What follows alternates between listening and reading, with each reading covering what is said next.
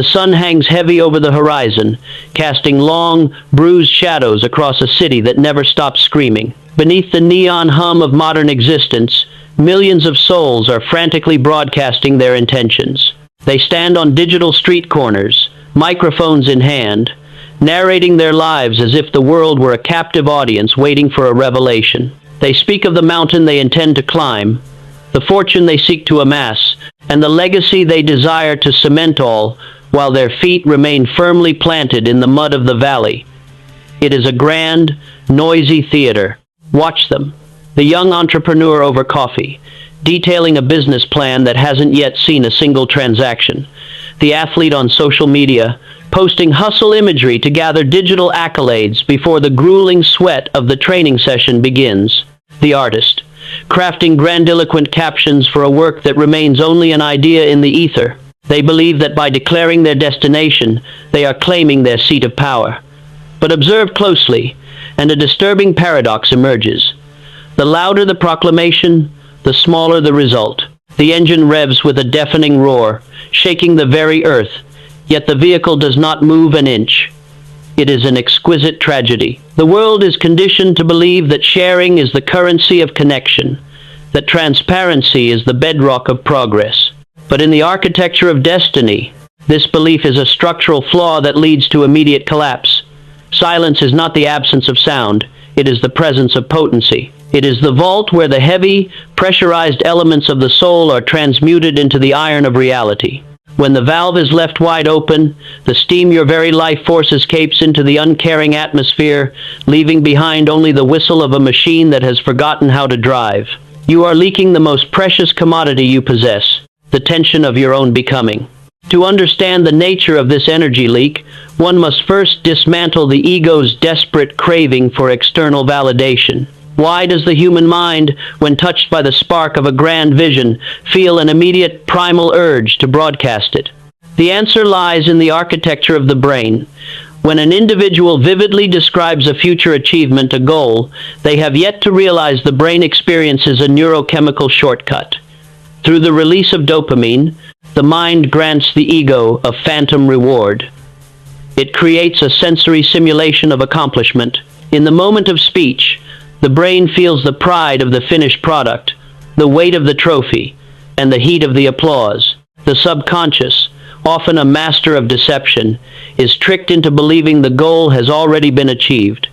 This is the dopamine trap. By speaking the dream, you have effectively cooked the meal in your mouth instead of on the stove. Your hunger is satiated by the illusion, and in that satisfaction, the critical edge of your resolve is blunted. You no longer possess the divine discontent required to sustain the agony of disciplined execution. You have traded the reality of the goal for the sensation of it. But we must dig deeper. How does this cycle persist? It persists because of an insecurity so profound that it requires the scaffolding of others to remain upright. The unproven self fears its own inadequacy. It looks at the vastness of the mountain and feels small, so it turns to the crowd, hoping that a nod of approval will bridge the gap between where it is and where it wants to be. Ask yourself, why do you need a jury to approve of your life? If your conviction were absolute, would you seek a spectator? If your internal command were sufficient, would you crave the noise of the masses? By seeking validation, you are handing the keys to your emotional state to a spectator. If they smile, you soar. If they frown or look with indifferent eyes, you collapse. You have tied your destiny to the whim of the wind. The master knows a different truth. The master understands that greatness is not a performance. It is a silent war. It is a process of internal compression. In physics, when you compress a gas, you increase its energy density. When you keep your plans internal, you create a psychological pressure cooker. You are not hiding. You are incubating. You are holding the energy within the chamber of your own psyche so that it can eventually drive the pistons of action with a force that the world cannot ignore. The leak is not merely a habit. It is a fundamental misallocation of vital life force that turns a potential locomotive into a stationary, whistling relic. In the high mountain passes of a forgotten age, there lived two clockmakers. Both were masters of their craft. Both possessed designs for a mechanism that would track not only time, but the phases of the moon and the alignment of the stars. The first clockmaker, Silas, was a man of the town square. Upon conceiving the design, he could not contain his excitement. He spoke of it at every banquet, sketched the gears on napkins for every passing merchant, and bragged to the local guild about the complexity of the escapement he would build. The townspeople were captivated. They cheered his ambition. They showered him with praise, calling him the greatest mind of the generation. Silas spent his mornings not at the workbench, but in the tavern, basking in the glow of the fame his idea had brought him. He was already celebrated for a masterpiece that existed only in his speech. The second clockmaker, Elias, was rarely seen. He vanished into the attic of his workshop. He shuttered the windows against the prying eyes of the curious. When he went to the market for brass and iron, he offered no explanations. If asked about his work, he spoke of the weather or the price of grain. He allowed the town to whisper. Some said he had given up. Others called him a recluse. In the darkness of his workshop, Elias struggled. His hands bled from the tension of the springs. He threw out gears that did not align and started over in the dead of night.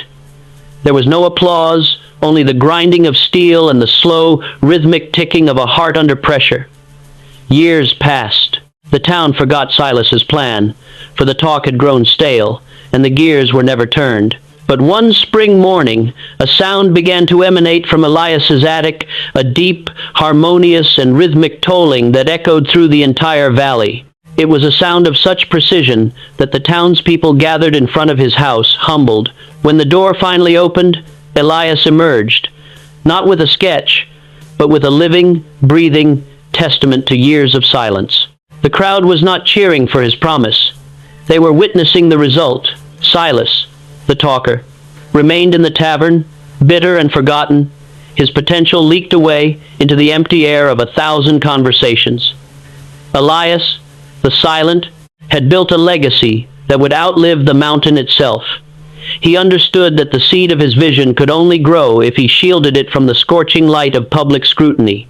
He knew that the only way to make his work speak was to ensure that he remained silent long enough for the work to reach perfection. The lesson is as cold as it is necessary. You are the custodian of your own power. From this moment forward, you must treat your ambitions with the same gravity as state secrets. To embody this, you must apply the law of the first action. Before you speak of your next goal, you must take a concrete physical step toward its completion. If you intend to write a book, do not tell a friend. Write 300 words. If you intend to change your physique, do not post a selfie. Complete a set of repetitions until your muscles burn. You will find that the moment you perform the action, the urge to talk about it begins to wither. The action provides the satisfaction that the speech once stole. You must develop the capacity to sit with the discomfort of your own secrets. When you feel the bubble of excitement rising in your chest, when your ego demands a snack of external approval, stop. Swallow the words. Turn that energy inward. Let it build.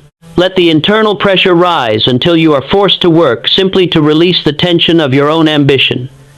You are building a fortress, not a billboard. As you begin to master this, you will notice a change in your atmosphere.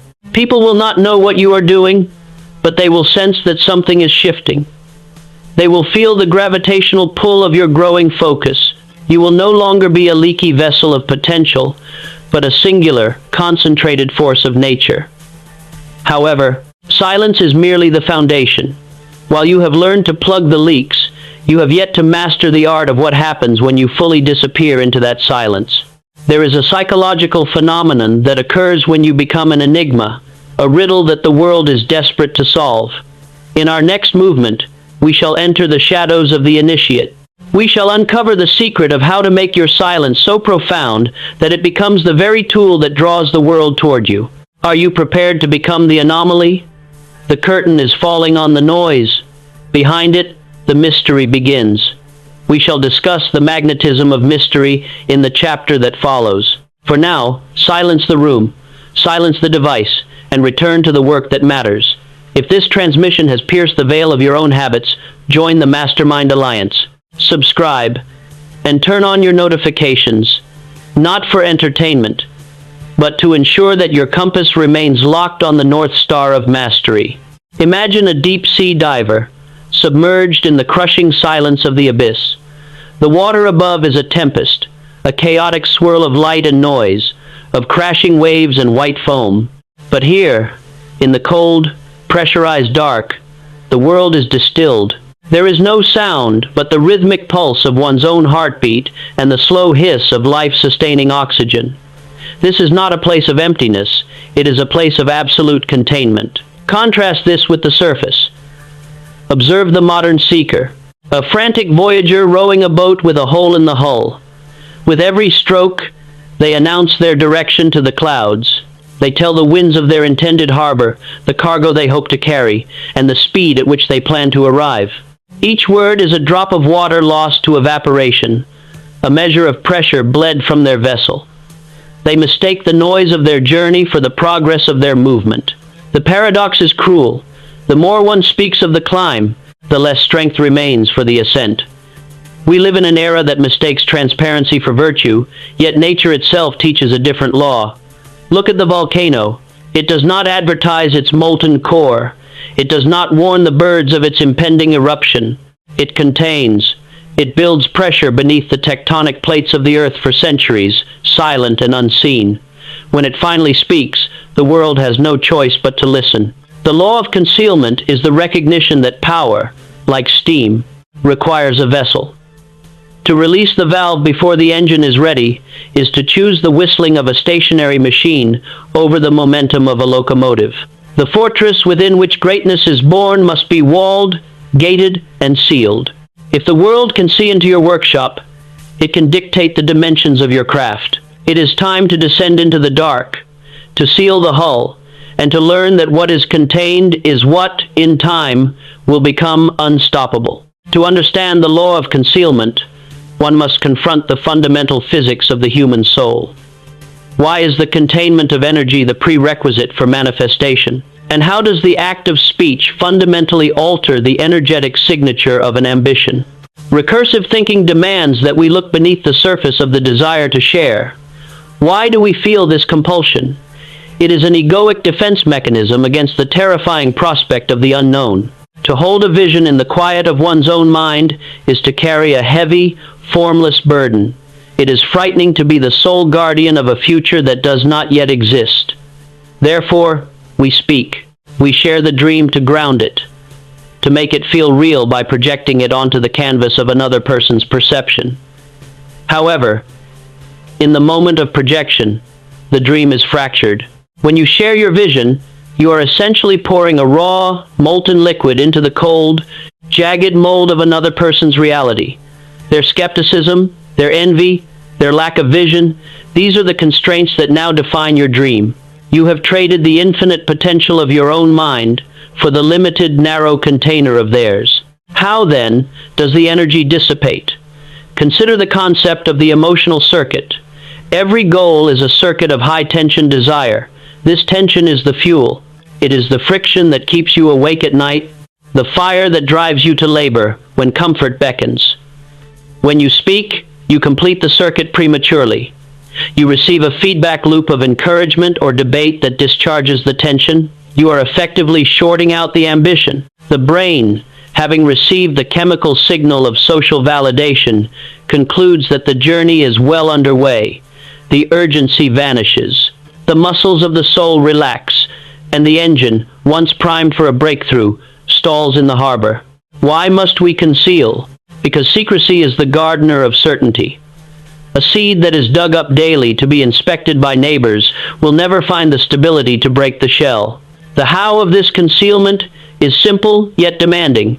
It is the cultivation of a private horizon. You must reach a point where your internal validation system is so robust that the applause of the crowd becomes white noise, a faint, meaningless murmur that does not reach the inner sanctum of your purpose. The master recognizes that the law of concealment is not about deception. It is about the preservation of sovereignty. It is the realization that your energy is a finite resource. If you allow it to be drained by the triviality of status updates, the vanity of explanations, and the dilution of consensus, you will have nothing left to fuel the furnace of creation. To be silent is to be a closed system. And a closed system, when properly managed, grows in intensity until the pressure is so great that it must manifest into reality. In the annals of history, there exists a figure whose name remains obscured by the very law he mastered, the architect, known only as the shadow of the spire. During the great reconstruction of a fractured empire, the emperor commissioned a cathedral that would touch the heavens. He called upon the most celebrated architects of the time. They arrived with blueprints, fanfare, and teams of assistants. They debated their designs in the town squares, and their arguments filled the royal court for months. Yet, in the far reaches of the city, an old man worked in a structure of blackened timber. He did not attend the debates. He did not send messengers to the emperor. He spent his days in the dust of stone and the silence of geometry. He had no apprentices to boast of his progress. He had no sketches to show the skeptics. His neighbors whispered that he had gone mad, that he was merely stacking rocks to pass the time. When the day of the unveiling arrived, the celebrated architects presented models that were beautiful but fragile. They were masterpieces of talk, of concept, and of ego. They were widely admired, yet they lacked the structural integrity to withstand the shifting tides of the empire. Then came the old man. He moved his structure onto the center stage. It was not merely a building, it was an intersection of mathematics and spirit. It held the light of the sun in a way that defied the understanding of his peers. It was built with a precision that silenced the critics instantly. When asked how he had conceived such a design without the input of the royal councils, he simply pointed to his workshop. "The noise of the court," he whispered, "would have shattered the glass of my vision. I had to build in the dark so that the light could finally be shaped." He did not build for the emperor's applause. He built because the architecture was already complete within his own silence. The emperor's praise meant nothing, for the building had already survived the internal scrutiny of the architect's own soul. His silence was not a lack of confidence. It was the ironclad protection of an idea that was too great to be shared before it was perfected. He became the architect of the invisible, proving that the most enduring structures are those that are never debated, only finished. To integrate the law of concealment into your daily existence, you must first master the art of the vague reply. When the world knocks on your door, asking for an account of your progress or an explanation of your path, you are not obligated to open it. Learn the power of the enigmatic smile. When asked, "What are you working on?" reply with, "I am refining my craft," or "I am currently in a season of preparation." These are not lies. They are the boundaries of a sovereign. Observe the urge to reveal. The next time you find yourself typing a status update or preparing to boast of a goal, stop. Instead, take that energy and invest it into the work itself. If you were going to write a post about your business, write a page of your plan. If you were going to tell a friend about your vision, perform one task that brings it closer to reality. Convert the energy of speech into the momentum of action. Practice the darkroom period. Choose one goal, a project, a personal transformation, or a financial objective, and vow to keep it entirely outside of the public discourse until it has reached a state of undeniable manifestation. During this time, you will feel the isolation. You will feel the pressure. This is good. That pressure is the forge. It is the heat required to transmute your coal into a diamond. You have learned to build the vessel, to contain the fire, and to understand that the silence of the master is the most potent form of speech. But consider this. What happens when that fire becomes so intense that it begins to affect the very world around you? When you become a person of such concentrated focus, you stop being a participant in the crowd and begin to act as a force of nature. You are no longer just building. You are becoming a gravitational field. But with that magnetism comes a new set of dangers. People will be drawn to you, and they will try to decipher the source of your light. They will try to pull you back into the noisy river of the ordinary. In our next chapter, we will discuss the magnetism of mystery, how to exist within the crowd without being of it, and how to use your silence to command the respect you previously begged for. The threshold is crossed. The walls of your fortress are rising. As the sun sets on your old, noisy self, prepare for the dawning of an identity that needs no introduction. If this instruction has anchored your resolve, do not let the momentum fade. Subscribe to the Alliance. Turn on the notifications. Your future self is the only one you are truly accountable to. And every day we build, in silence, the empire that will endure. The carnival of the modern world is a cacophony of flashing lights and desperate appeals. Everywhere one looks, there is a frantic, open-mouthed desire to be seen, to be understood, and to be validated. The streets are paved with the wreckage of shattered attention spans, as millions of people scream their secrets, their breakfasts, and their unfinished dreams into the digital void, hoping for a flicker of recognition. It is a spectacle of total exposure, a world without shadows, where the glare of public opinion has bleached the color from the human spirit. Yet, amidst this deafening, desperate parade, there exists a profound, unspoken law. That which is completely revealed loses its power to intrigue. Observe the room when a loud, talkative soul enters. They may be heard, but they are rarely studied. They are an open book with no pages left to turn, a mystery already solved by their own excessive narration. Now, contrast that with the one who enters in silence. They occupy the space without demanding it. They hold their counsel with a calm, deliberate weight. They are an anomaly, a riddle that the collective psyche is irresistibly drawn to solve. They do not shout to be heard, yet they are the gravity around which the room begins to orbit. There is a terrifying, beautiful truth in this. The moment you cease to be a predictable spectacle, you become a source of immense attraction. You stop being a broadcast and start being a frequency. Like the deep, still waters of an ancient lake, you invite others to peer into you, only to find that the bottom is further than they ever imagined.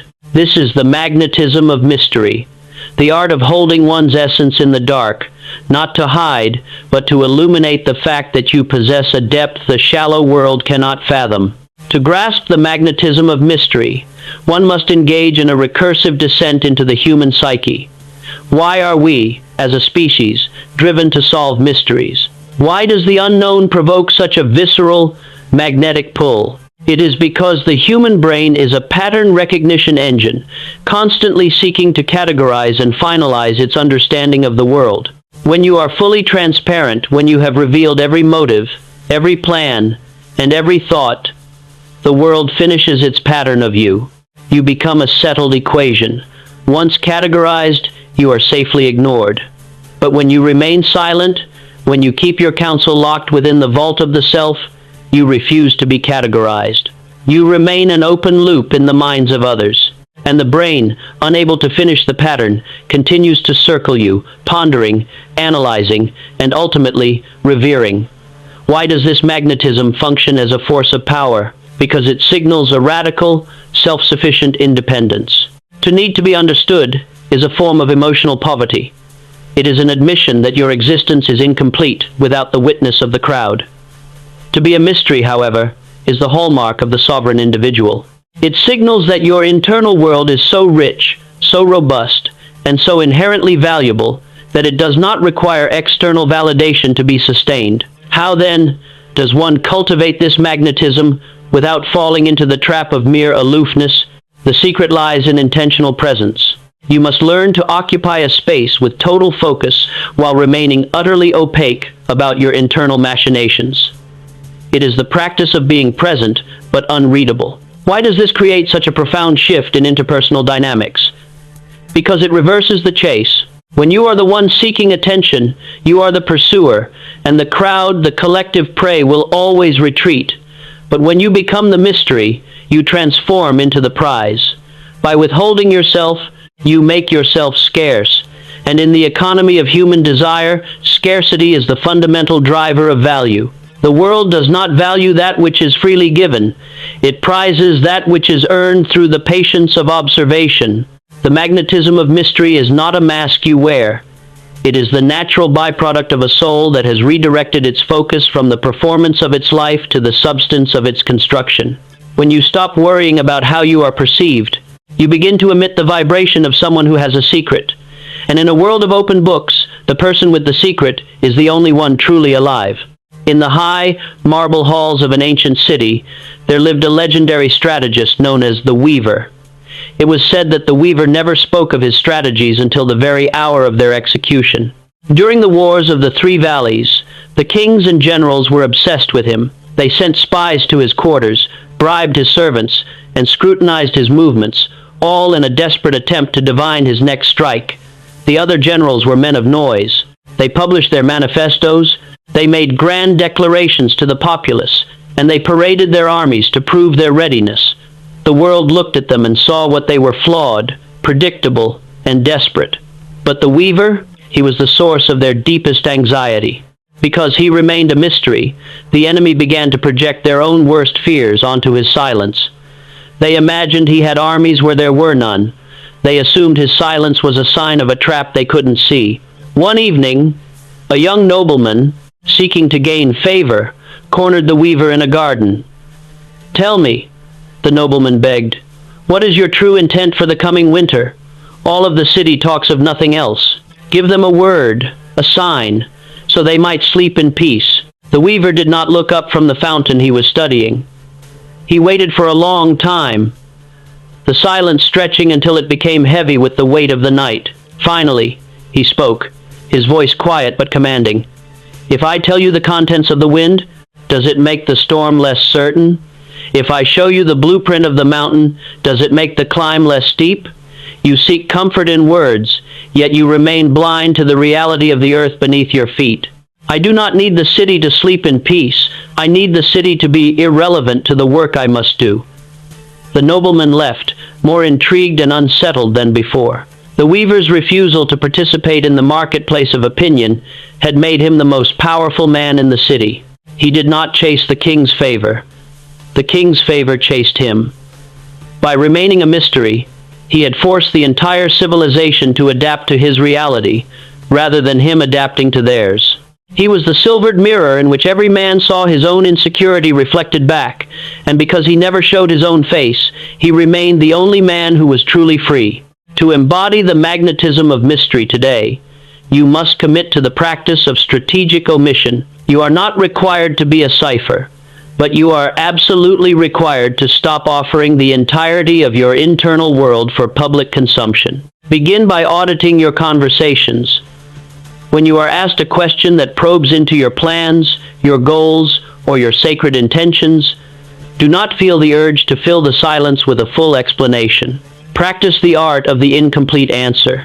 Give just enough to be polite, but withhold the why and the how. Notice the discomfort that arises in the other person when they cannot fully categorize you, and notice how, instead of pushing you away, they begin to lean in.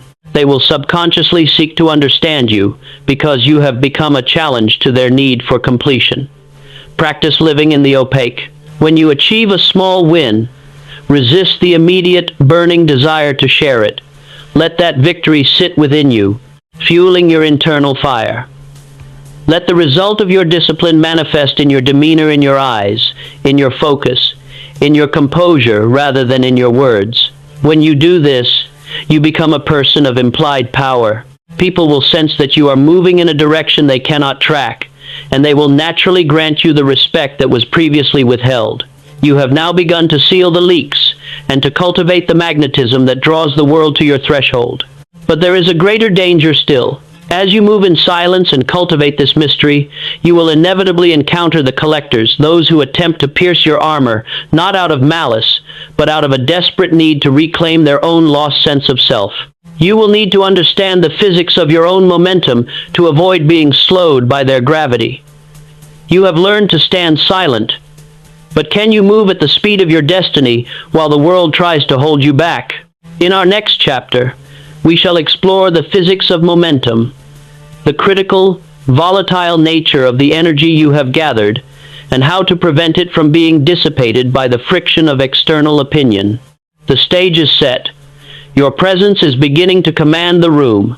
Ensure that your foundation is firm, for the higher you climb in this silence, the more intense the winds will become. If you are finding the rhythm of this transformation, do not break the chain. Subscribe to the Alliance. The notification bell is your anchor in the storm of the ordinary.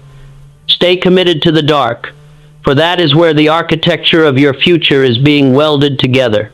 The night air is thick with the scent of ozone and cooling iron. Deep within the industrial heart of an abandoned, cavernous workshop, a massive, dormant machine sits in the center of the gloom.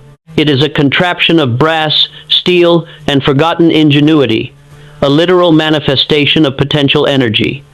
For years, the wheels have been frozen, held fast by the sheer, unyielding weight of inertia. To move it requires an act of supreme violence against the status quo, a sustained expenditure of force that defies the easy, drifting nature of the world. Now, imagine the operator of this machine.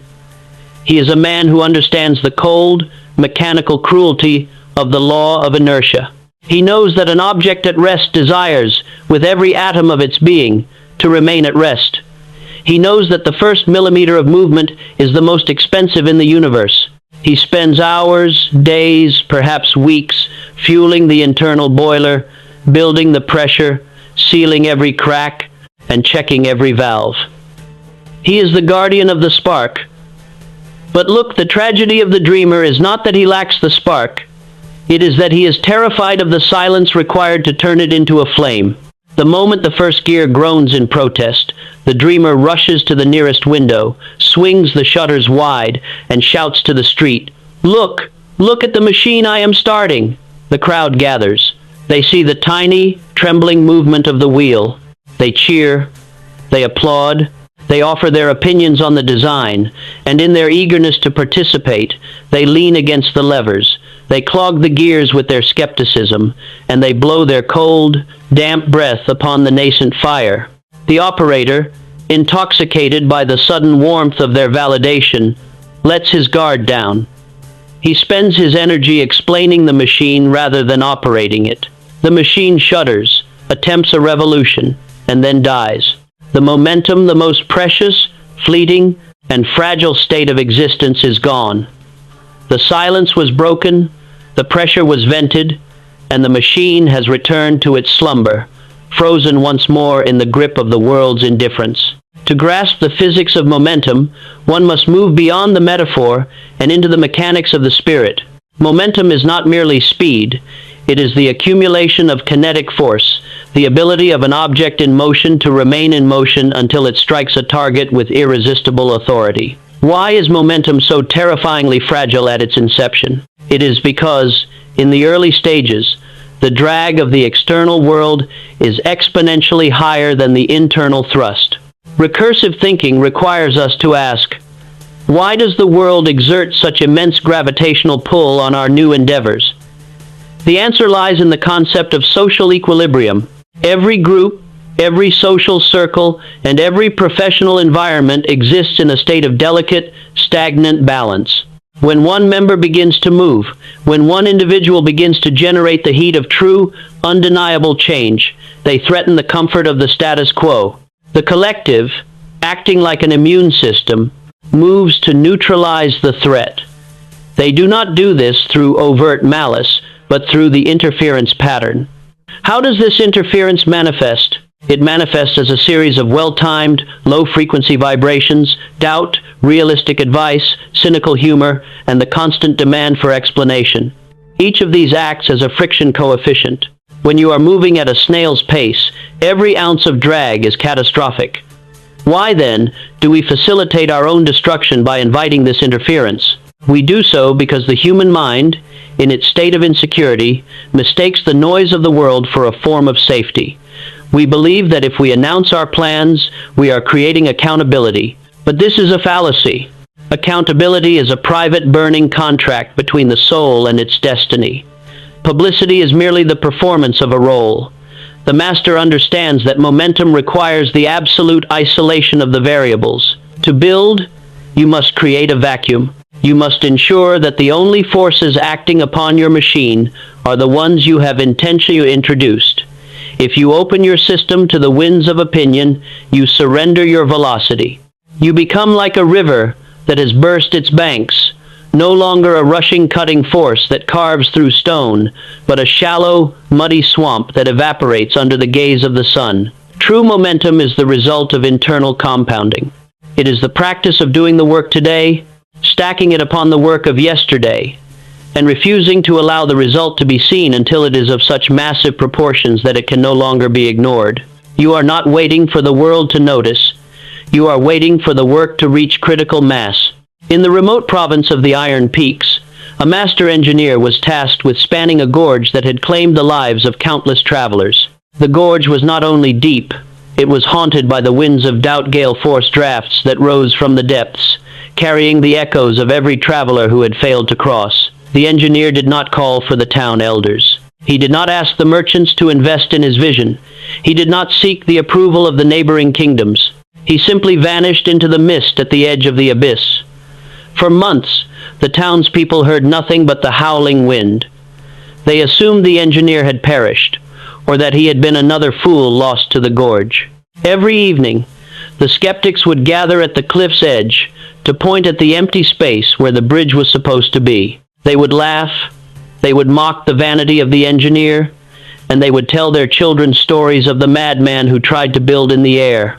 These whispers were the winds themselves, gaining strength from the collective belief that the task was impossible. But down in the mist, the engineer was not listening to the wind. He was counting, he was fastening, he was calibrating the tension of every cable in complete, absolute solitude. He had built a shelter of stone at the cliff's base, blocking out the light and the sound of the world above. He was the only inhabitant of his own reality. When a cable frayed or a measurement faltered, he did not seek counsel. He corrected it with the cold, hard logic of the craft. One morning, the mist parted. The townspeople woke to find the bridge completed a structure of such breathtaking elegance and impossible strength that it looked as if it had been woven by the mountain itself. The engineer was gone. He had moved on to the next objective, leaving behind a feat that silenced every doubter, every skeptic, and every critic who had stood upon the cliff's edge. He had not built the bridge for them. He had built it to prove the law of momentum. He knew that if he had shared his plan, the winds of doubt would have become an actual, physical force of interference, potentially snapping the cables while they were still being laid. By working in silence, he had rendered the wind irrelevant. He had created a bridge not of wood and iron, but of unyielding, finished reality. To embody the physics of momentum in your own life, you must adopt the protocol of operational security.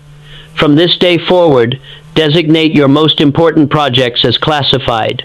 If you are building a new career, a new body, or a new philosophy, it does not exist to the world until it has achieved a state of permanence. Your practical mandate is this: the rule of the hidden milestone. Set a goal that requires at least 90 days of consistent daily effort. For the duration of those 90 days, you are forbidden from discussing the goal with anyone who does not share your specific vision and your specific work ethic.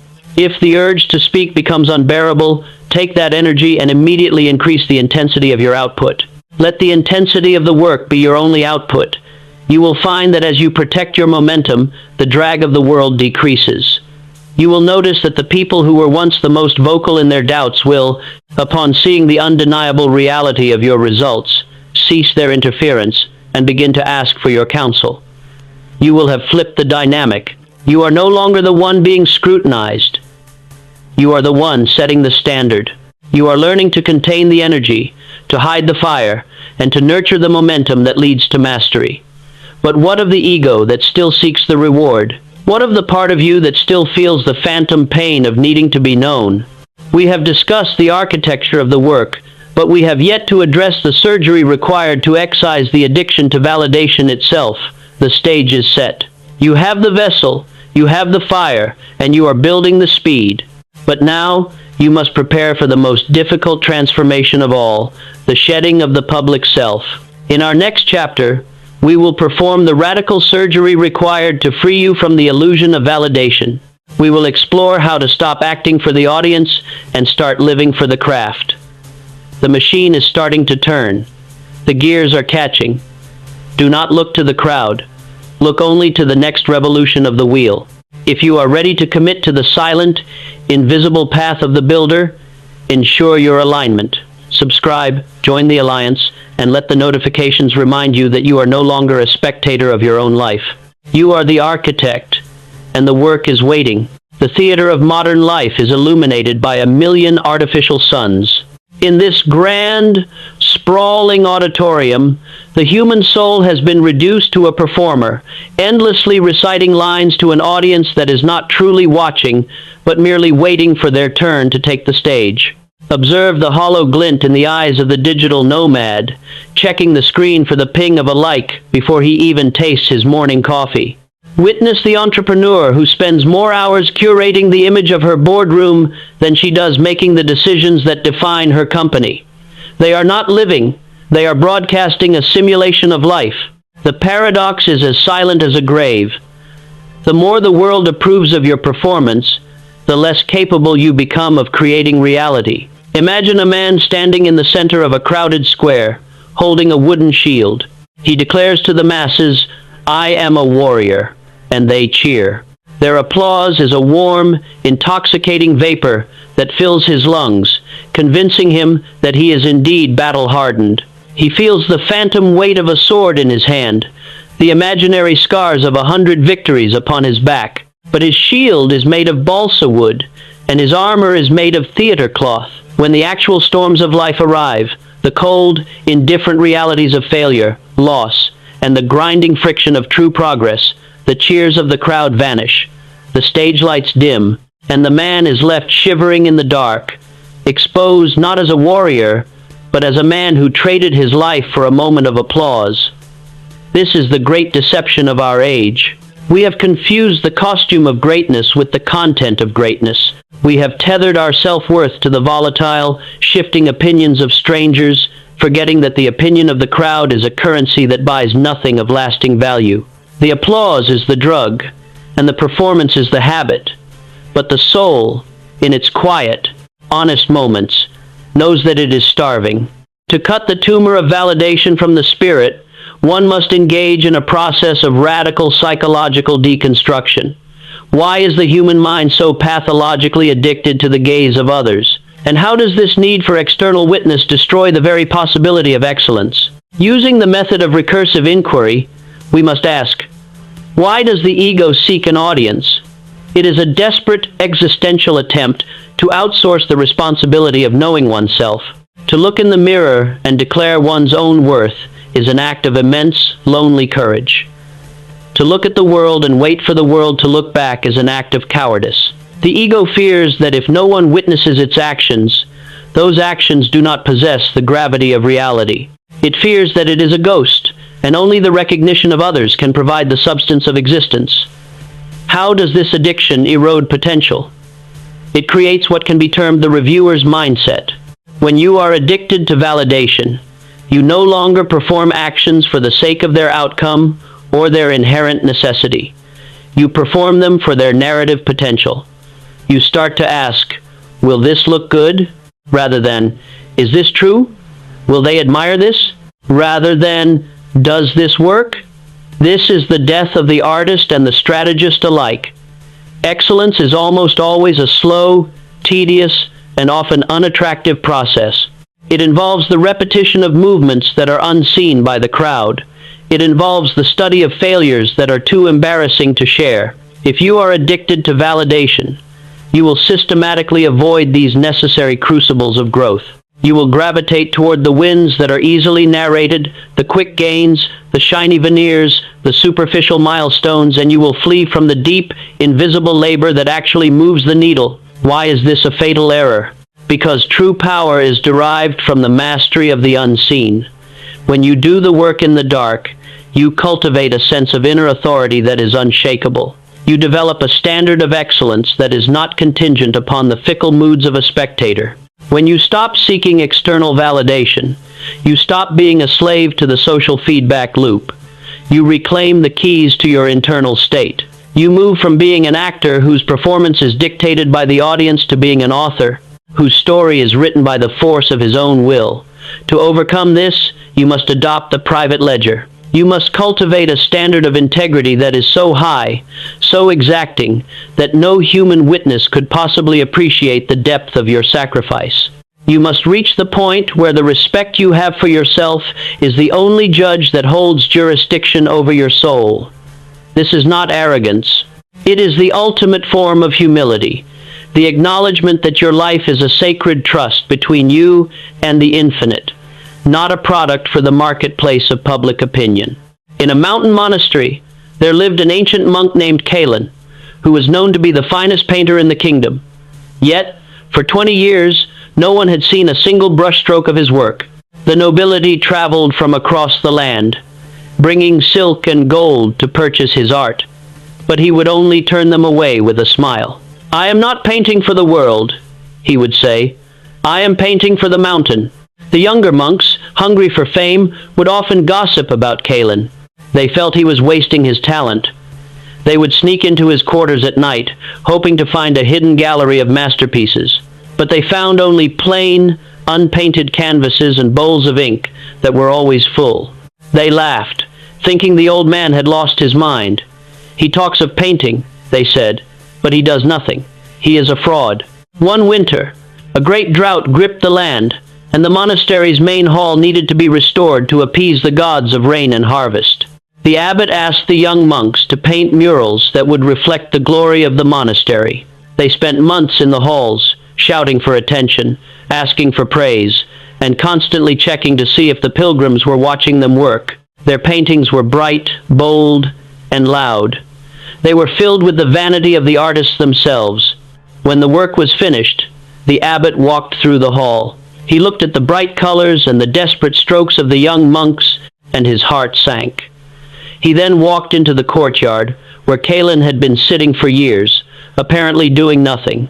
He noticed that Kalen had been painting on the very stones of the wall, using water, charcoal, and the changing light of the seasons. Kalen had painted a series of frescoes that only appeared at specific times of the day when the sun hit the wall at the perfect angle. The images were not of human glory, but of the wind, the migration of birds, and the silent growth of the forest. They were so profound, so deeply aligned with the spirit of the mountain, that when the townspeople gathered to see them, they did not cheer. They fell into a deep, holy silence. The young monks were shocked. "How?" they asked. "We spent every hour performing for the crowd, and our work is forgotten. You did nothing but sit in the dark, and your work has changed the soul of the city." Kalen looked at them, his eyes bright with the clarity of a man who owned his own time. "You were painting to be seen," he whispered. "I was painting to become. You sought their eyes, I sought the truth. You traded the masterpiece for the applause, and that is why you have nothing to show for your labor. The world is a hungry ghost. If you feed it your performance, it will consume your potential. If you feed it your truth, it will bow. To excise the addiction to validation, you must begin to curate your social exposure. We live in an era where every small triumph is documented, but the master understands that the triumph is only as strong as the secrecy with which it was nurtured. Your practical mandate for the coming week is the Ghost Protocol. For 7 days, execute your most important goals, your training, your study, your professional strategy, without mentioning them to a single soul. Delete the apps that demand your documentation. Resist the urge to post the behind-the-scenes footage of your life.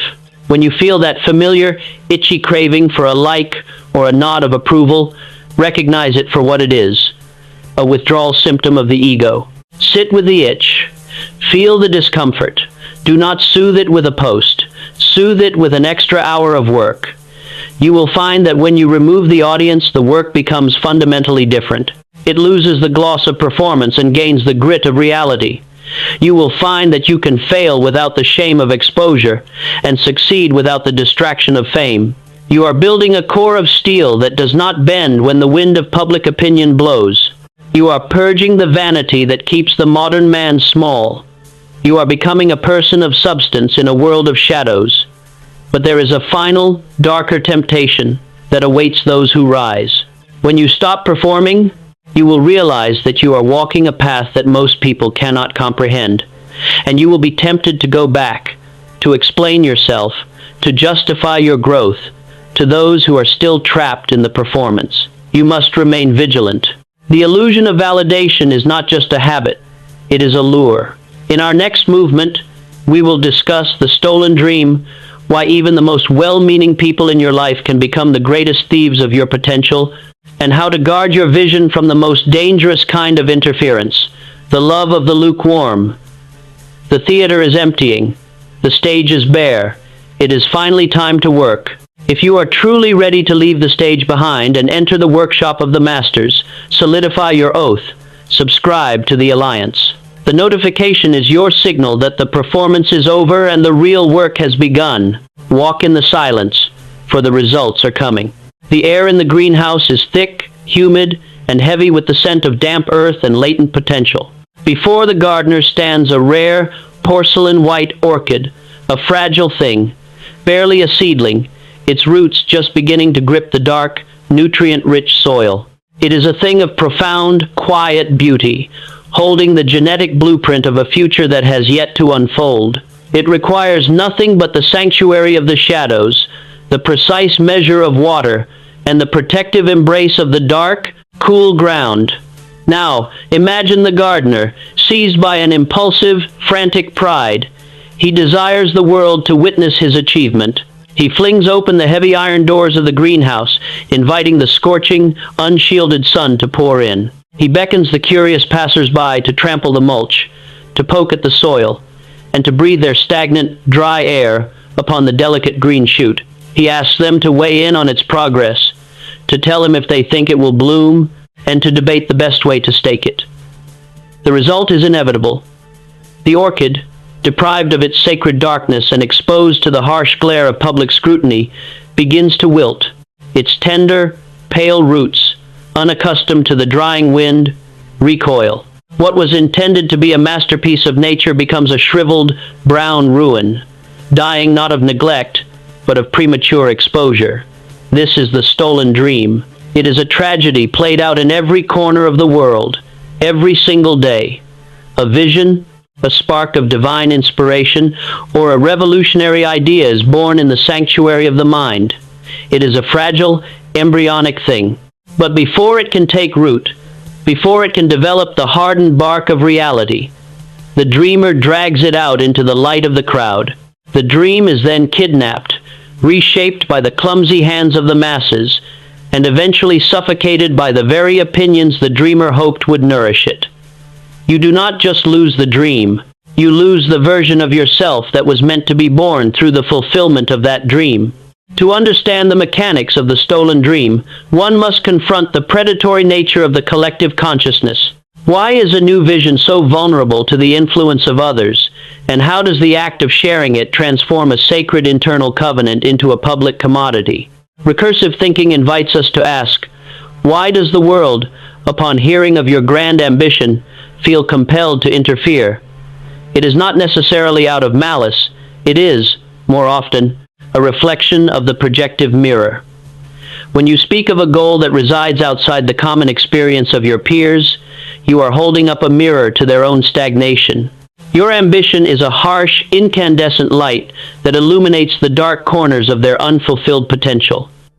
To shield themselves from that glare, they instinctively try to dampen your fire. They help you by offering realistic constraints, the taxes, the risks, the market saturation, the personal cost.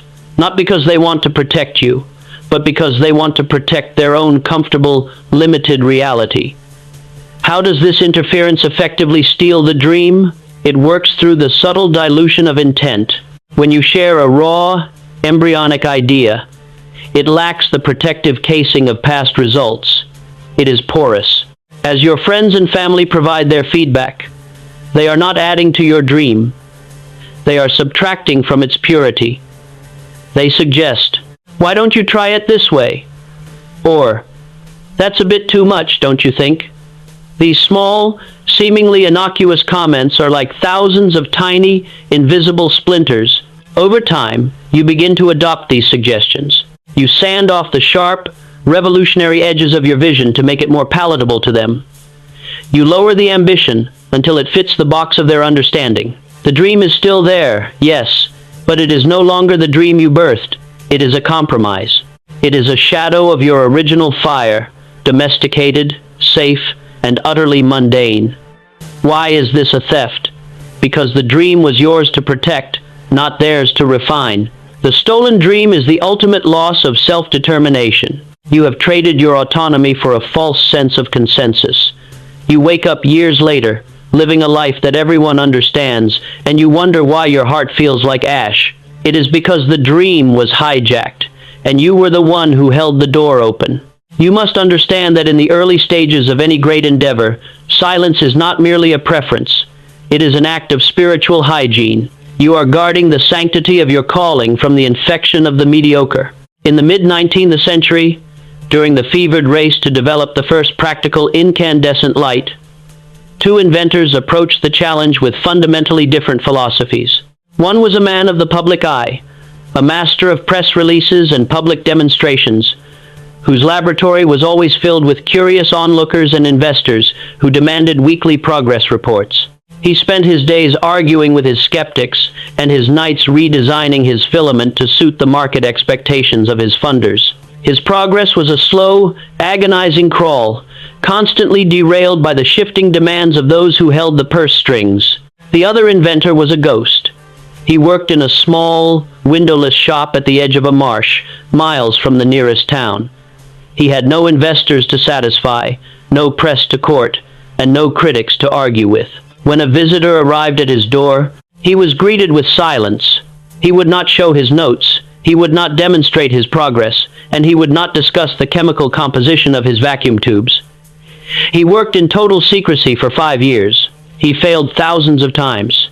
He burned his hands, he filled his lungs with soot, and he faced the abyss of total failure 1,000 times over.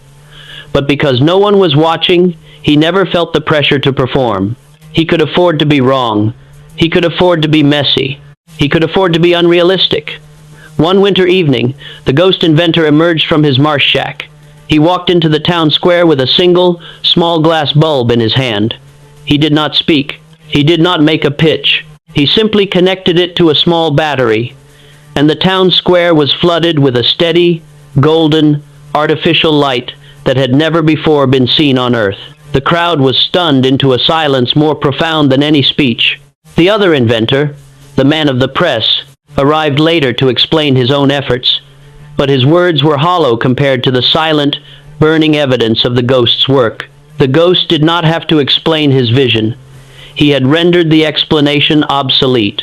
He had kept his blueprint stolen from the world's reach until it was finished. He had nurtured the dream in the darkness of the marsh, and because of that, the light he brought to the world was pure, unadulterated, and eternal. To guard your dream from the thieves of mediocrity, you must implement the sacred perimeter. This is a psychological barrier you establish around your deepest ambitions. Your practical mandate is the protocol of the closed vault. For your next major project, the one that, if successful, would fundamentally change the trajectory of your life, you are to adopt the shadow status. Inform no one of the specifics. If someone asks, offer a polite but non-descriptive deflection.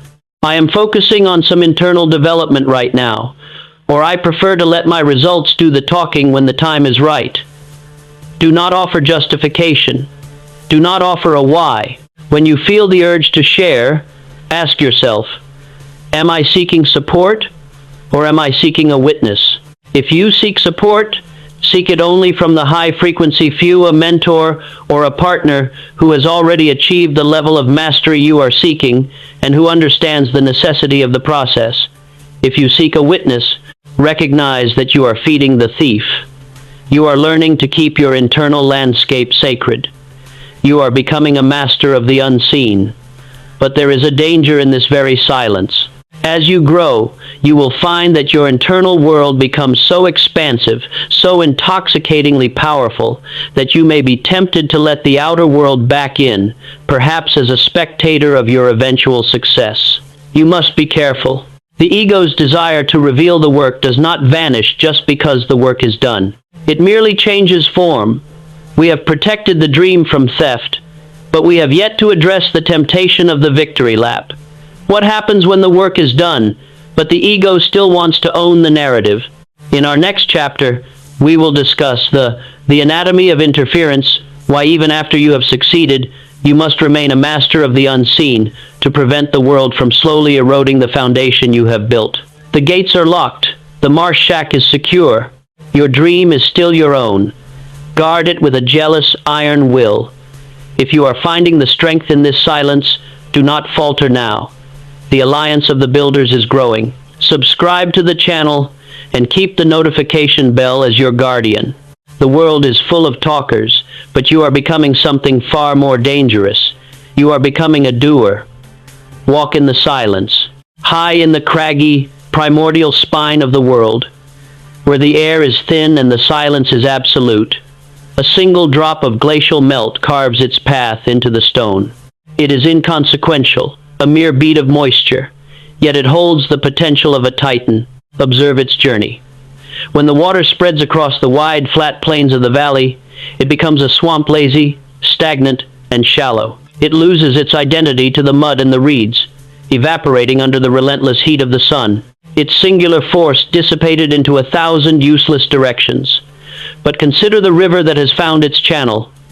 Behold the canyon, carved by the patient, terrifying persistence of water confined. Here, the banks rise like monoliths of granite, closing in, pressing upon the liquid, refusing to let it wander. The water has no choice but to accelerate. It becomes a rushing, dark, and powerful entity. It cuts through the hardest rock, not by sheer brute strength, but by the velocity born of its own restriction. It is a blade of liquid steel, moving with a singular, inevitable purpose toward the sea. This is the central paradox of human destiny. We crave freedom, yet freedom without boundaries is the death of power.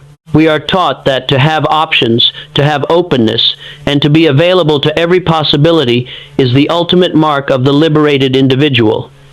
Yet, look at the lives of those who live without banks. They are broad, shallow, and lukewarm. They touch everything and move nothing. They have no velocity because they have no containment. Your ambition, like the mountain stream, is a force of immense potential. But if you allow your life to spread out across the surface of the world, if you permit every opinion, every invitation, and every idle thought to widen your banks, you will become a swamp.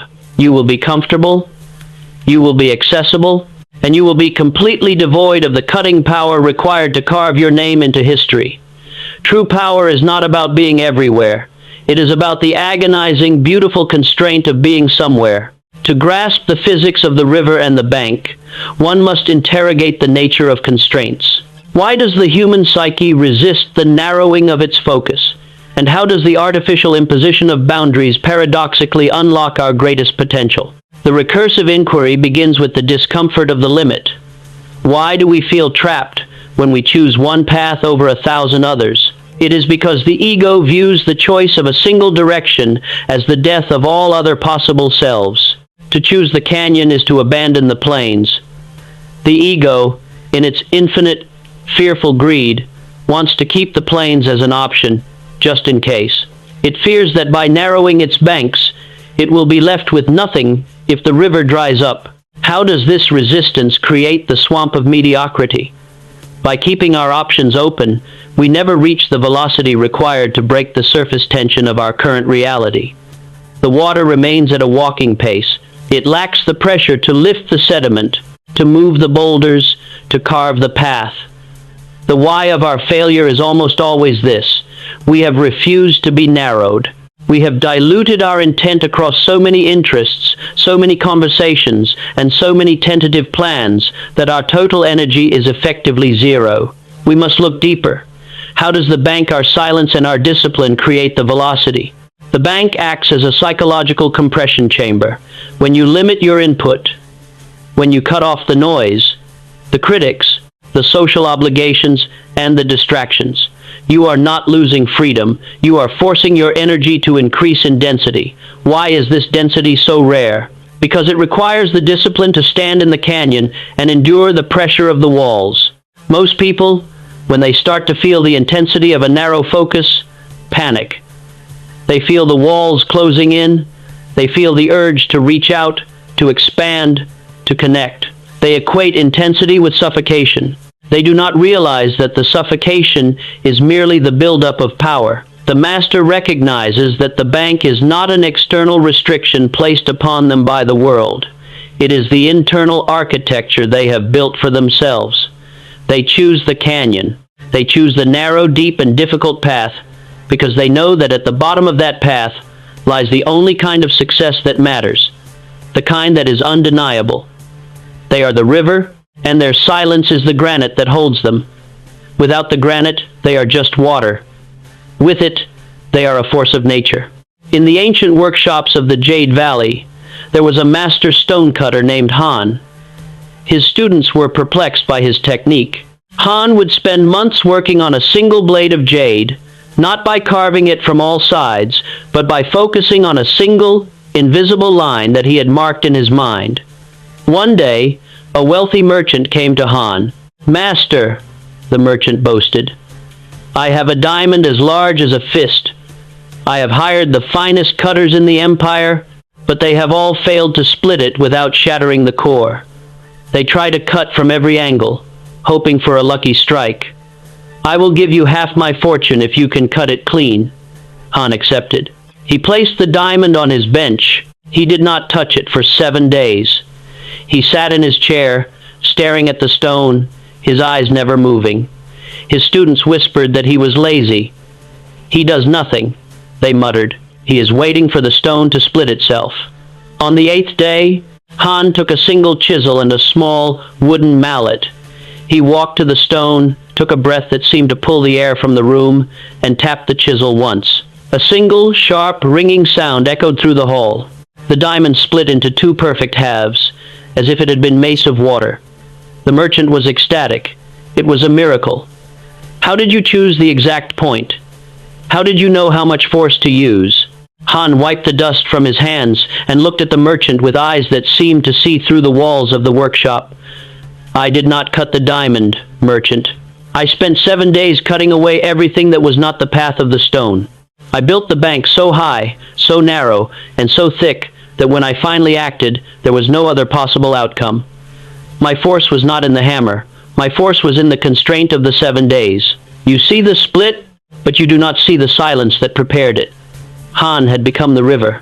By refusing to strike 100 random blows, by refusing to be the wide cutter who dabbled in every angle, he had compressed all his energy into a single, focused line. He had learned that the most powerful thing one can do is not to hit, but to decide where not to hit. To embody the power of the river and the bank, you must commit to the protocol of radical elimination. You have too many channels in your life. You are leaking energy into interests that do not serve your definite chief aim, into relationships that act as wide, stagnant planes, and into activities that provide the illusion of motion without the reality of progress. Your practical mandate is this: identify your canyon. What is the one goal that, if achieved, would make all other problems in your life irrelevant? That is your canyon. Everything else, your social media presence, your casual hobbies, your need to keep up with the trends, is a breach in your banks. Close them. Take a sheet of paper. Write down every major commitment you have made this month. Now, take a red pen and cross out everything that does not contribute directly to the widening and deepening of your primary channel. You will feel a sense of loss. This is the ego mourning the death of its shallow options. Let it mourn. The river is not meant to be a lake. It is meant to be a torrent. You are building the banks of your own legend. You are learning to channel the chaos of your potential into a singular, rushing force. But there is a final, subtle danger. When you become a river, you will find that the water is moving with such speed that the people who were once walking alongside you can no longer keep pace. You will be tempted to slow down, to return to the bank, to wait for them. You must not. In our next chapter, we will discuss the archer's bow, the ancient sacred art of holding the tension of your potential until the moment of release. We will explore how to maintain the pressure of your singular focus when every instinct screams at you to let go, to relax, and to be reasonable. The banks are set. The water is rising. The path is narrow, dark, and beautiful. Do not look back at the swamp. The sea is waiting. If you are finding the momentum, do not stop now. Subscribe to the Alliance. The notification bell is your anchor in the flood. Stay focused, stay narrowed, and stay silent. The work is all that matters. The world is a stage lit by the frantic, flickering strobe of public perception. On this stage, the actors scramble for the spotlight, their shadows stretched long and thin by the artificial glare. They live for the curtain call, the thunderous applause, and the fleeting validation of an audience that forgets their names by the time the theater doors swing shut. They are defined by what is seen, by the trophy on the mantle, the title on the door, and the curated gallery of their online lives. Yet, beneath the stage, in the subterranean foundations of the earth, there is no light. There is only the damp, crushing pressure of silence and the slow, rhythmic labor of the foundation layer. Here, the true work of the universe occurs. The roots of the towering oak do not seek the sun. They push downward, deep into the suffocating dark, finding sustenance in the soil that no human eye will ever grace. The mountain itself does not ask for permission to rise. It simply accumulates its mass, grain by grain, aeon by aeon, in the quiet, absolute secrecy of the crust. There is a devastating, beautiful paradox in this. The victory that lasts is the victory that never needed to be announced. Witness the private victory, the accumulation of power that happens when no one is watching. It is the victory of the athlete who trains at 3:00 a.m. in the bitter cold, the scholar who masters a discipline when the world is asleep, and the entrepreneur who pivots in the quiet hours of a failed launch, long before the headlines ever celebrate their success. These victories are not recorded in the ledger of social opinion. They are etched into the architecture of the soul. They are the iceberg beneath the surface, the massive, submerged weight that gives the 10% above the water the power to survive the storm. To seek a public victory without first securing the private one is to build a castle upon the shifting, treacherous dunes of a desert. The castle may look grand from a distance, but the first wind will claim it. The master knows that greatness is not an event. It is a long, arduous, and solitary process of becoming that demands an audience of exactly one: yourself.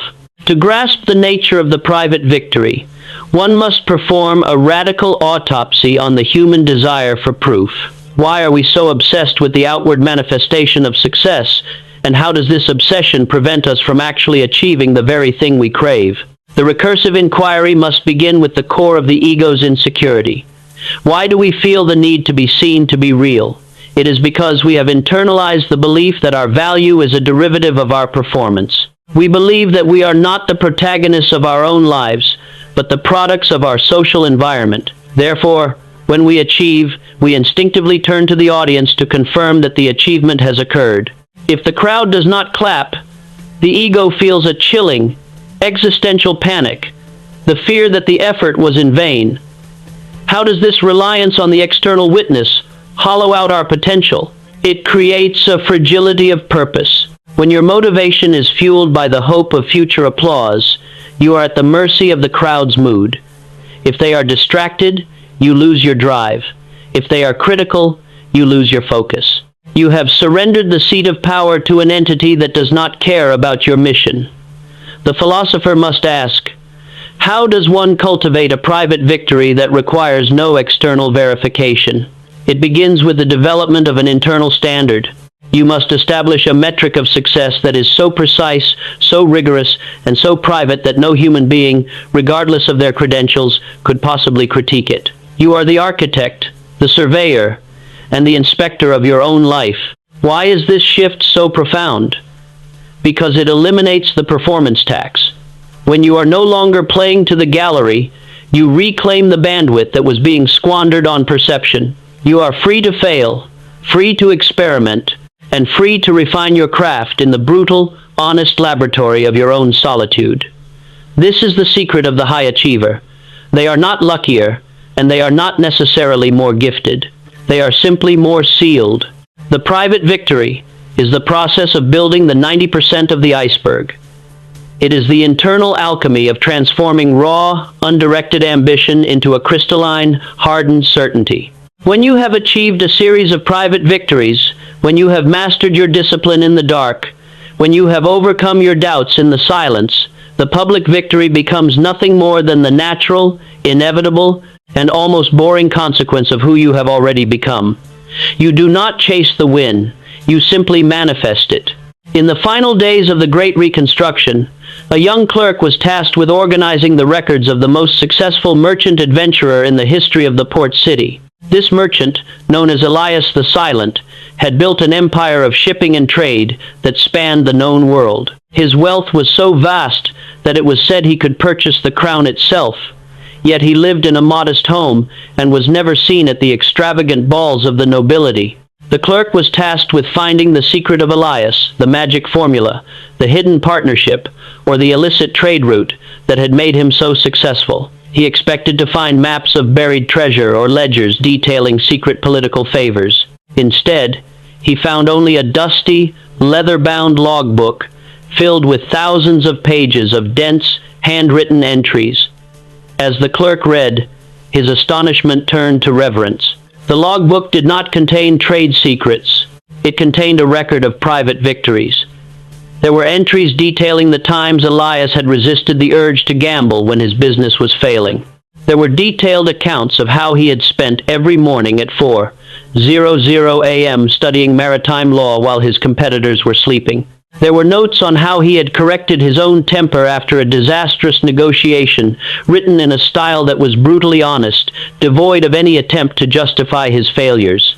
The clerk realized that Elias had never been competing with the other merchants. He had been competing with himself. Every entry was a battle he had won in the quiet of his own mind, a moment of discipline he had chosen over a moment of convenience. Elias had spent his entire life building the iceberg, layer by layer, in the dark. When the clerk finally reached the last page, he found a single sentence written in a shaky, aged hand. "The world sees the ships. They do not see the storms I weathered to build them. They see the gold. They do not see the greed I conquered to keep it. The victory is not in the port. The victory is in the night." Elias had understood that the empire was merely the shadow cast by the private victory. He did not need to announce his success, for he had already lived it 1,000 times over in the pages of his logbook. He was the most powerful man in the city because he was the only man who had never needed the city to tell him who he was. To integrate the private victory into your own existence, you must begin the practice of internal accounting.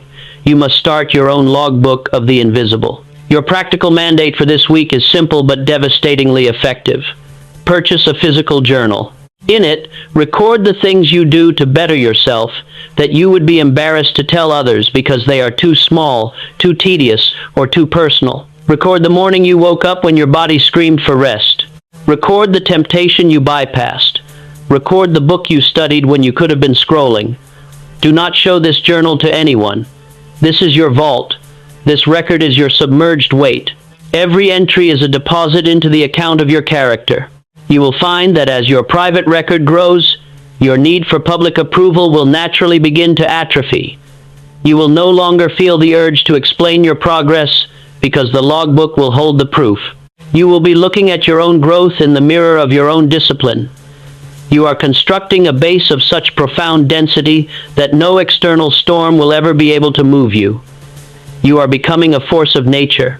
But even with this base, even with the private victory secured, you must understand that there is one final, existential threat to your sovereignty: the public mask.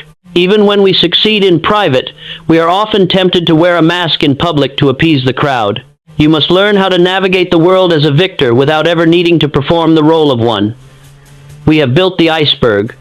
We have secured the foundation. But now, we must address the archer's bow, the sacred, agonizing tension of holding your power steady when you are finally ready to aim at the horizon. We are about to enter the final stage of the initiation. The foundation is complete. The work in the dark has been done. The light is about to find you, whether you seek it or not. If you are becoming the builder who values the night over the morning, do not let your commitment flicker. Subscribe to the Alliance.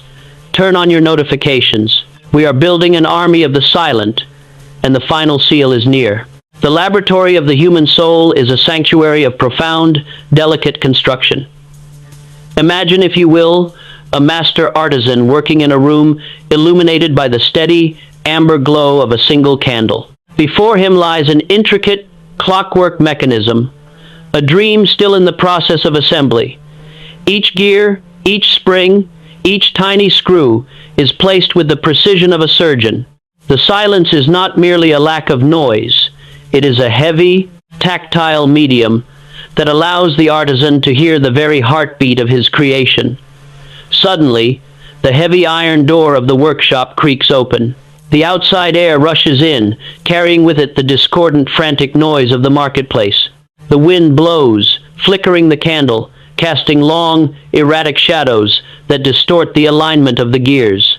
A group of well-meaning visitors enters the friends, the skeptics, the advisors, each carrying their own lantern, their own dust, and their own opinions. They do not come with hammers to smash the work, nor with fire to burn it. They come with input. One visitor points a finger, casting a shadow over the main drive gear. Another offers a suggestion, his breath fogging the glass lens of the artisan's magnifying tool. A third, perhaps the most dangerous of all, sighs with a look of concern and asks, "Are you sure this design will work? It seems so ambitious." The artisan does not fight them. He does not shout. He simply watches as the pure, singular focus he had cultivated begins to dilute. The mechanism is still there, but the rhythm has been corrupted. This is the anatomy of interference. It is rarely a violent assault. It is a slow, insidious erosion of clarity. It is the intrusion of the collective's mediocrity into the sacred space of the individual's genius. To build in the presence of others is to attempt to paint a masterpiece while a crowd debates the color of the canvas. The interference is not found in their malice, but in their mere access to your mind. To master the anatomy of interference, one must undergo a rigorous psychological audit of the open gate. Why do we allow the peripheral voices of the world to dictate the internal temperature of our purpose, and how does this permission fundamentally rewrite the trajectory of our destiny? Recursive thinking demands that we strip away the veil of kindness and examine the impact.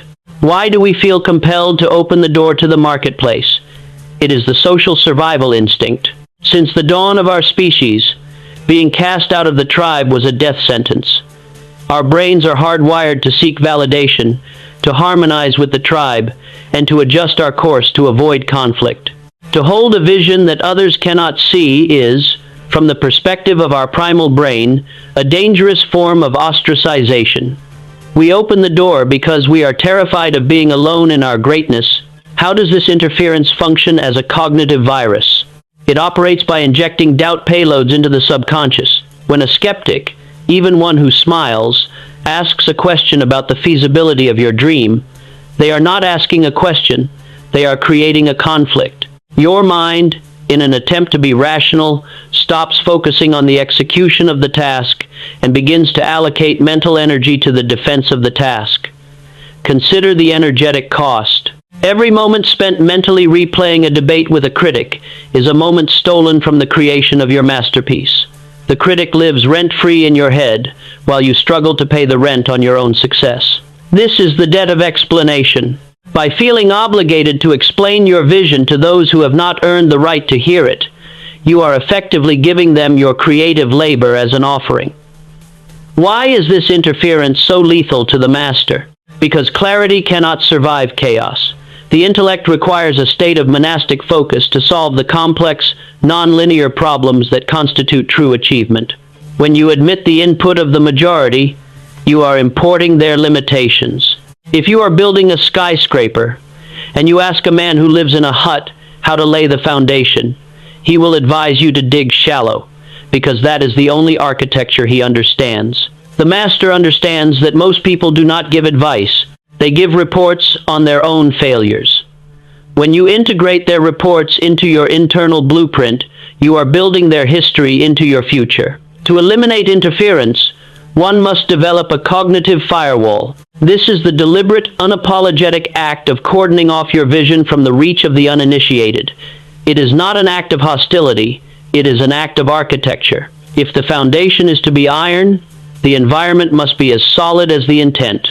In the age of discovery, a young navigator named Valerius was tasked by the crown to map a route through the uncharted, treacherous waters of the southern straits.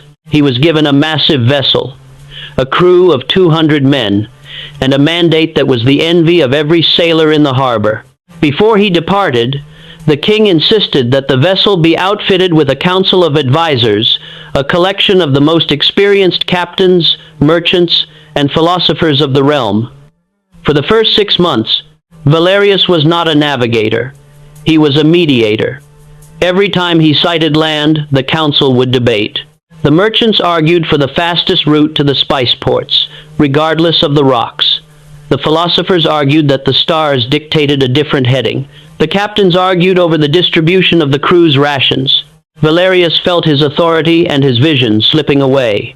He spent 18 hours a day in the grand cabin, listening to the cacophony of their helpful input. The ship moved in erratic zigzags. They missed the tides, they ignored the signs of the weather, and they were constantly correcting their course based on the last voice to speak. They were drifting, lost in a sea of opinions. One night, Valerius did the unthinkable. He locked the council members in the cargo hold. He took the wheel. He tossed the maps they had provided into the sea. And he looked only at the stars and the movement of the currents. He stopped listening to the noise of the council. He stopped listening to the fears of the crew. He was alone on the deck, in the cold, black silence of the ocean. He felt the ship for the first time, the way the hull cut the water, the way the wind sang through the rigging. He was no longer trying to satisfy a room full of advisors.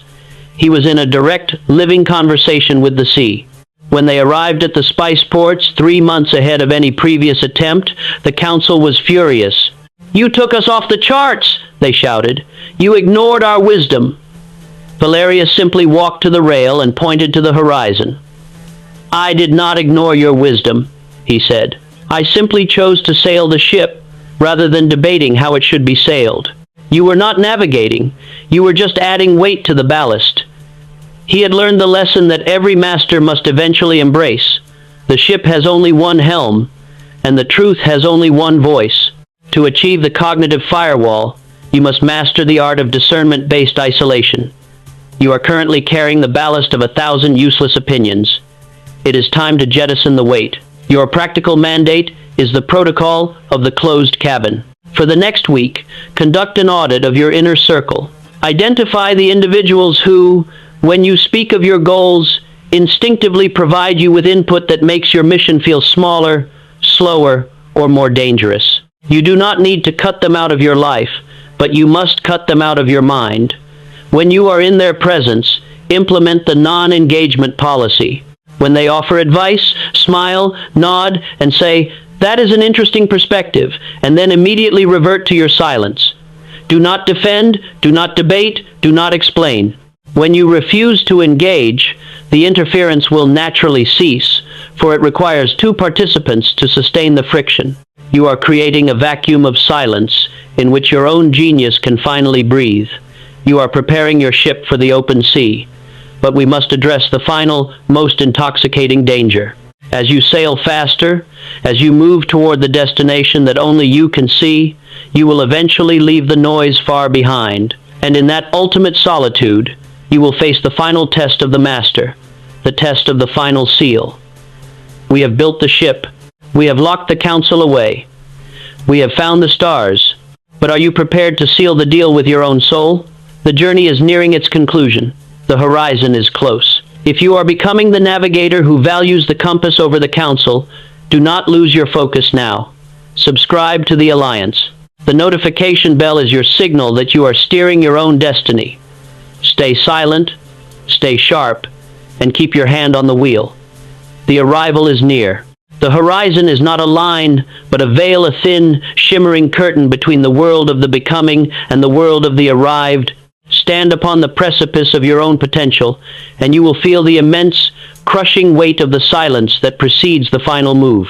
The world behind you is a blurred tapestry of noise, of half-finished conversations, of desperate justifications, and the shallow echoes of 1,000 half-hearted ambitions. You have spent your life, until this moment, moving through that noise, breathing the air of the collective, and allowing the currents of common opinion to guide your ship. But look forward. The path ahead is narrow, devoid of footprints, and shrouded in the mist of the absolute. Here, the air is cold and pure. There is no applause in this place. There are no witnesses to narrate your struggle. There is only the ironclad reality of the mission you have sworn to complete. You stand at the threshold of the final seal, the point of no return, where the potential you have cultivated in the dark is finally ready to be collapsed into the solid, undeniable gravity of actualized reality. The paradox is this: the further you travel toward the peak, the less you have to say. When you were at the base, you needed the words to convince yourself that you were a climber. You needed the map and the compass and the reassurance of your peers. But now, as the summit draws near, you realize that the truth cannot be spoken, it can only be lived. The final seal is the transition from a life of explanation to a life of evidence. It is the moment you stop telling the world who you are and simply are. When the seal is set, the mouth is closed, not because you have nothing to say, but because your presence has become so heavy, so profound, and so undeniable that any word you might utter would only diminish the magnitude of your arrival. To grasp the nature of the final seal, one must engage in a recursive descent into the ultimate destination of the master. Why is the act of sealing the culmination of human potential, and how does this silence serve as the definitive anchor of the sovereign individual? Recursive thinking requires us to examine the why of the ego's final, dying twitch. Why does the ego demand a victory lap? It is the final plea of the child within, begging to be recognized as the hero of the story. Even when the work is finished, even when the empire is built, the ego cries out, "Let them know, let them see." It believes that unless the world acknowledges the accomplishment, the struggle remains incomplete. How does the final seal overcome this final barrier? By recognizing that the public victory is a distraction from the eternal victory. The final seal is the psychological decision to be indifferent to whether the world notices you or not. It is the recognition that if your work is true, if it has been forged in the crucible of your own discipline and private labor, it possesses an inherent, self-sustaining energy that requires no external permission to exist. Why is this the highest state of human development? Because it is the only state that is invulnerable. If your success depends on the world's awareness, you are a hostage to the world's mood. But if your success is sealed, if you have arrived at a place where your own internal command is the only authority you serve, you have become a state of one. You are no longer subject to the rise and fall of public opinion. You are an island of absolute certainty in a sea of flux. How then do we execute the seal? It is done by the practice of finality. When the project is done, you do not declare it. You do not wait for the review. You move to the next objective with the same cold, quiet precision you used for the first. You treat your life as a series of secret, unfolding achievements that only the most observant will ever discern. You are the hidden hand moving the gears of the world. The seal is not a wall you build to keep the world out. It is a seal you place upon your own heart, ensuring that your motivation remains untainted by the desire for credit. You do not work for the headline. You work for the history. You do not work for the fame. You work for the fruit. You work for the result, for the reality, for the undeniable impact that will persist long after your voice has been forgotten. In a land of shifting sands, there lived an architect who was commissioned by a dying king to build a monument that would never be moved by the wind. The king gave him the treasury of the realm, the finest marble from the furthest mountains, and a lifetime to complete the work. The architect, known as the Silent One, did not begin by laying the foundation. He spent his first 10 years studying the patterns of the desert wind. He sat in the dunes, recording the movement of the sand, the path of the sun, and the way the earth shifted during the season of storms. He built nothing. The court gossiped. They whispered that the king had been swindled, that the architect was a charlatan who spent his days in the dust. When the king died, the new rulers demanded the architect stop his meditations and build a temple of gold and vanity. The architect refused. He remained in the desert, his hands stained with the sand of his studies. He did not explain his vision. He did not defend his integrity. He simply worked. He began to build, not with gold, but with the very sand of the desert, fused with a secret, volcanic stone he had discovered in his years of observation. He built in the shape of the wind. He built in the alignment of the stars. He worked in the dead of the heat and the deepest of the cold. No one saw the construction, for he had shielded the site with mounds of earth and the mystery of his own reclusiveness. When the structure was finally revealed, it was not a temple. It was a monolith of such geometric perfection that it channeled the wind through its chambers, creating a music that calmed the desert. It stood for 5,000 years. The kings who had mocked him were turned to dust. Their monuments of gold were swallowed by the shifting dunes. Their names were lost to the silence of history. But the monument of the Silent One stood, defying the very wind that had claimed all others. The architect was never seen again. He had placed the final seal upon his work. He had disappeared into the mystery of his own creation. He had understood that true immortality is not found in the recognition of one's peers, but in the perfection of the labor.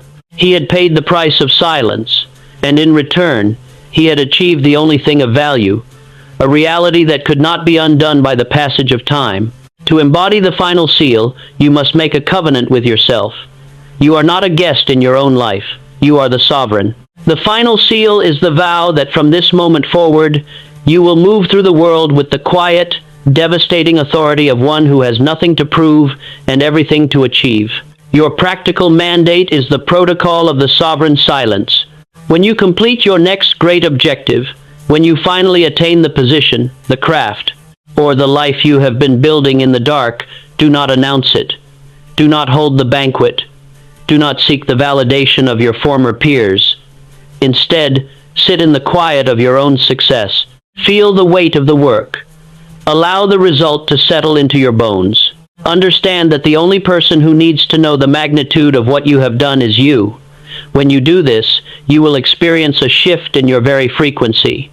You will become a presence. People will gravitate toward you, not because you are loud, but because you are anchored. They will feel the weight of your silence, and they will instinctively know that you have paid the price that they are still trying to avoid. You are the architect of your own destiny, and the seal is set. We have traversed the entirety of the architecture. We have sealed the leaks, gathered the momentum, purged the vanity, and hardened the foundation.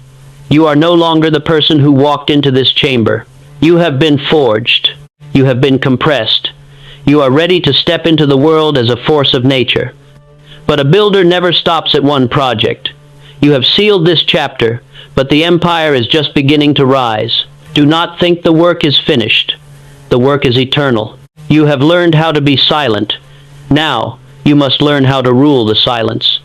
The final seal is not an end. It is the opening of the true door. Prepare yourself.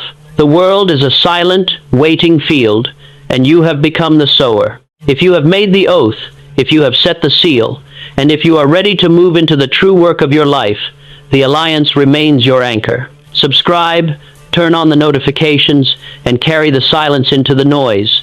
The world will feel your arrival, and it will never be the same again.